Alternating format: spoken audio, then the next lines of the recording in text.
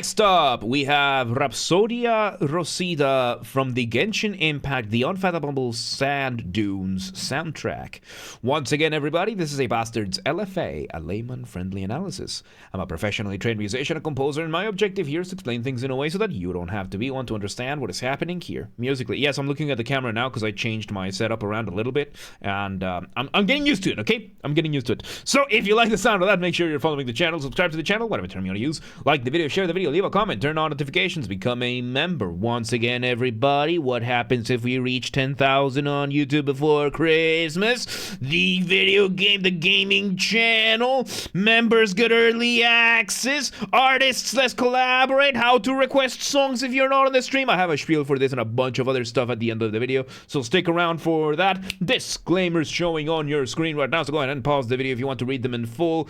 Otherwise, please be patient with me. I am acoustic and guitarded, so keep that in mind.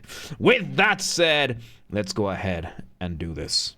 Rhapsodia Roscida, and I think I was told that this is a sequel to one of the other songs. So let's see where this goes. Let's see what we got.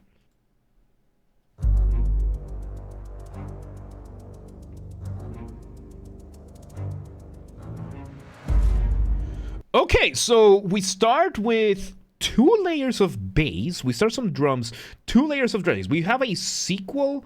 We have not prequel. Sorry. So this is a prequel. Okay, sorry.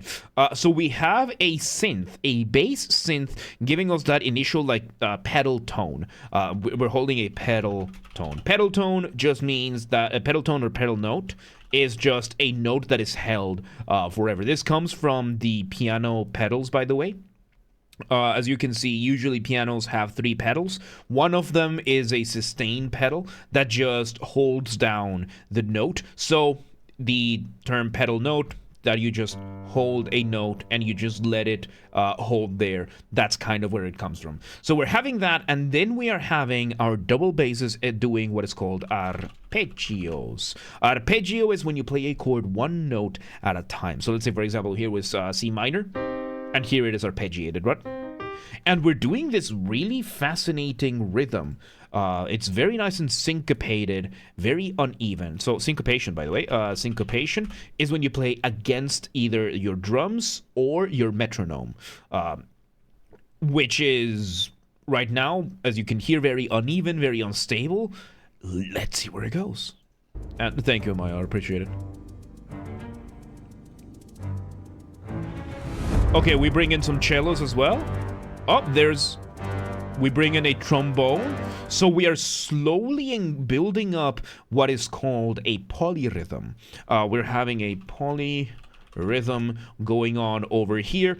Polyrhythm stands for multiple rhythms, usually rhythms that would conflict with one another, working together. Of course, the most popular polyrhythm is 3 versus 2.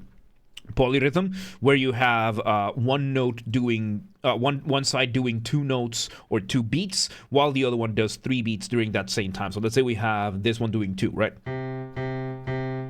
1 2 1 2. Then we have this one right here doing 3s, right? 1 2 3 1 2 3 1 2 3 1 2 3, and together.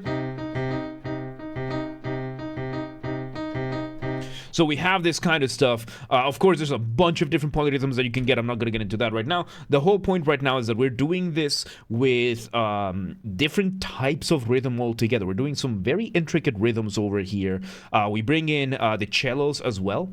So we're having the this mouse wheel. I'm getting a new mouse soon.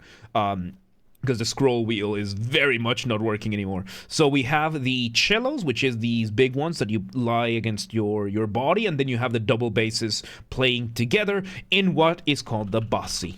This is what it used to be called. You used to have the double basses and the cellos playing the same thing always until Mozart and Beethoven decided, but what if they don't? And yeah. Anyway, with that, let's just see where it goes, because now we have some trombones, these guys with the sliding version of the trumpet. Which is just a little bit lower on the register. Let's see where it goes.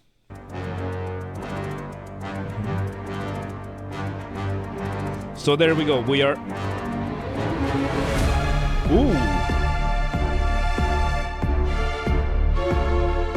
Oh, so we bring in the theme, the other motif from the, I think it's Polymnia Omnia, I think this is the motif from Polymnia Omnia, is it? Is it the motif of Polymnia Omnia? Polymnia Omnia? I think it's Polymnia Omnia, right?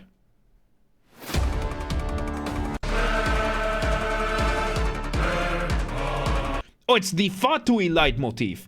Okay, so it is used in Polymnia Omnia as well, but it is the Fatui leitmotif. Okay, so we talk about leitmotif then. So leitmotif is a motif that is used in multiple pieces, usually for referencing previous works, right? This is a term coined by Richard Wagner.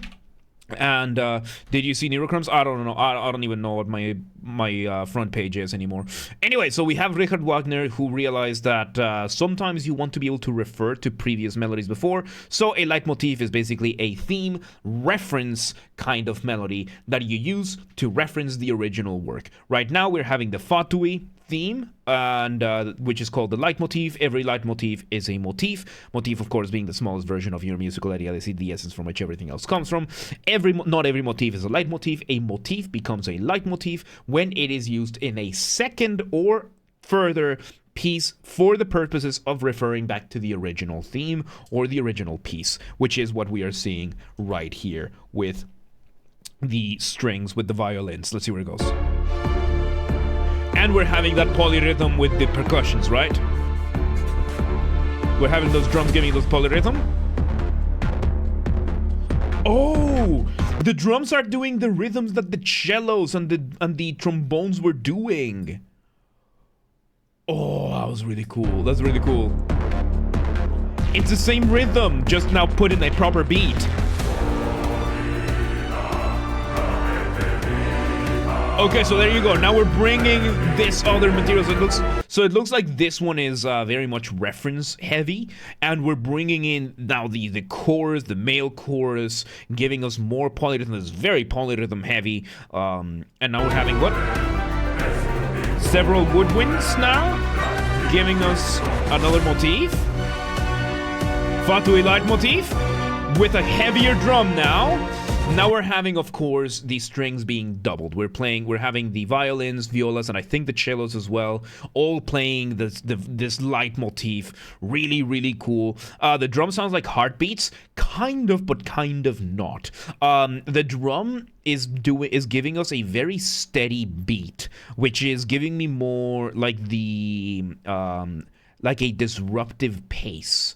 The pace, the march, the unrelenting, unstoppable march of something overwhelming, because it's a very, very strong bass drum that is giving us this, what I think a bass synth in it as well, giving us that very, I don't care what you're doing, I'm doing this at my own rhythm kind of thing. So it is conflicting. It's that point of the polyrhythm that we are getting these two rhythms that otherwise are not supposed to work well together, and they just happen to work brilliantly together. So let's see where this goes.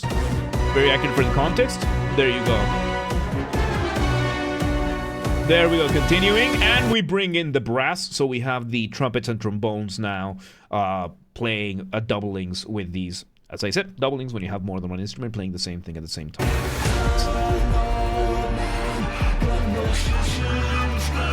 So now we align a little bit with the vocals here.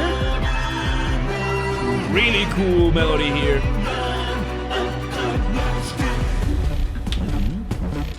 We go back. So we bring back now those arpeggios that we had at the start, but now it's fully electronic with these whispers engaging. The whispers are doing what is called an accent. Accents in music is for accentuation. We are highlighting specific points in the rhythm, so it's more for texture on top of everything else. We're just adding a little bit of extra texture and highlighting the drums with this. Let's see where it goes. Oh, this is really cool. Very cool voice here. We add a third layer of the polyrhythm. Oh, this is so metal. So we're now bringing in the vocals singing their own thing on top of the drums. The vocals are a little bit more aligned with the drums in this whole thing, but we bring back the leitmotif in the polyrhythm. This is so fascinating. This is awesome. Let's see where it goes. And I think this melody is from another piece as well. We have the men's chorus with a synth that is kind of emulating an organ. Really cool. Building up. Very nice rhythm there. We bring back the drums, a variation of the previous drums, with that syncopation still. Oh, that's so cool. And they're doing, they're not fully singing and they're not fully speaking. I think this is a case of Sprechstimme. Sprechstimme is sing speak. So we're doing kind of like murmuring, we're kind of whispering, but at the same time there's a little bit of speech in there. So I think this would be a type of Sprechstimme going in right here. You can hear like the roughness of the voice, very dominant in that sense, completely just adding to this very imposing texture of the drums. This is really cool. Let's see where it goes. Men's chorus, giving us that rhythm. Following that rhythm from the original drums, but now without the drums. Outro time. We have the strings as well, the violins. And... ooh, we have like this synth thing. It ends there. Very interesting conclusion. Very interesting how the drums just imposed themselves like that throughout the piece. Like... for how complex these rhythms were, the piece was surprisingly straightforward. This was a surprisingly straightforward piece. And it's just, these elements were done super well. Like, we focus on the polyrhythm here, we focus on the leitmotif, and then we come up with a counter melody to this, and this is brilliant. And there you go. And there you go. That was Rhapsodia Roscida from the Genshin Impact, the Unfathomable Sand Dunes soundtrack. Let's see. What is in the song? The Yu Peng Chen, the composer singing? I don't know. Probably, because all I know is that this is Genshin Impact soundtrack. Let me check here. Composer. It is not listed here. It does say Xian Liu over here though, so it might be building off of Yu Peng Cheng. So yeah, there you go, Rhapsodia Roscida Genshin Impact soundtrack. Once again, everybody, this has been a Basterd's LFA, a layman-friendly analysis. I'm a professionally trained musician, a composer, and my objective here has been to explain things in a way so that you don't have to be one to understand what has happened here musically. So, if you're watching this on the YouTube video archive thing, thank you for watching. Make sure you're following the channel, subscribe to the channel, whatever term you're going to use. Like the video, share the video, leave a comment, turn on notifications, become a member. Once again, everybody, if we somehow hit 10,000 subscribers on YouTube before Christmas of 2025, I will do, on top of doing the fan fiction audiobook thing, I will also play a single video game of the choice of the community, whatever you all want, live on stream. We'll dedicate a few streams for that within terms of service, of course. We'll do giveaways. We have a member who offered to do Discord Nitro giveaways. We're probably going to do game giveaways as well. We'll do that kind of stuff, right? This has to be achieved through legitimate and honest means only. No account duping, no botting, no buying followers, no auto-counting, no rat behaviors like that. Go share the videos with your friends, with your families, with your family's friends, with your friends' families. Those are two very distinct concepts, by the way. With your online and offline communities, go share these videos far and wide with everybody that you know. Use the hype function on YouTube as well. We have a group on the Discord that coordinates for that. Link down below. Go coordinate with them on the Discord. Yes, artists, musicians on YouTube or otherwise, this is an open invitation. If you want any of my musical skills for any of your projects, whether it is my guitars, Mongolian throat singing, you know, the good old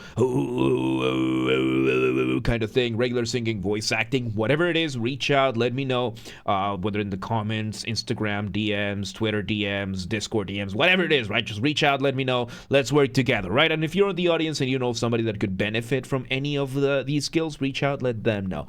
Please do not harass anyone, please do not spam anyone, be cool about things, don't be a rat. Members get early access to the content. I schedule the videos for the week on Saturdays, and if you're a paid member on YouTube, regardless of your tier, you get access to the videos when I schedule them, at least for the LFAs. So become a member today.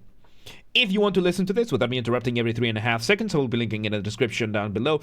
If you want to request a song and you are not on the live stream, check the pinned comment on this video. It has the instructions on what to do. If you are on the live stream, you can go ahead and start requesting them songs. And if you want to catch the streams when they happen live, we aim for Monday through Friday, 6 p.m. Central European Time, live on Twitch, YouTube, and Kick. And all linked down below.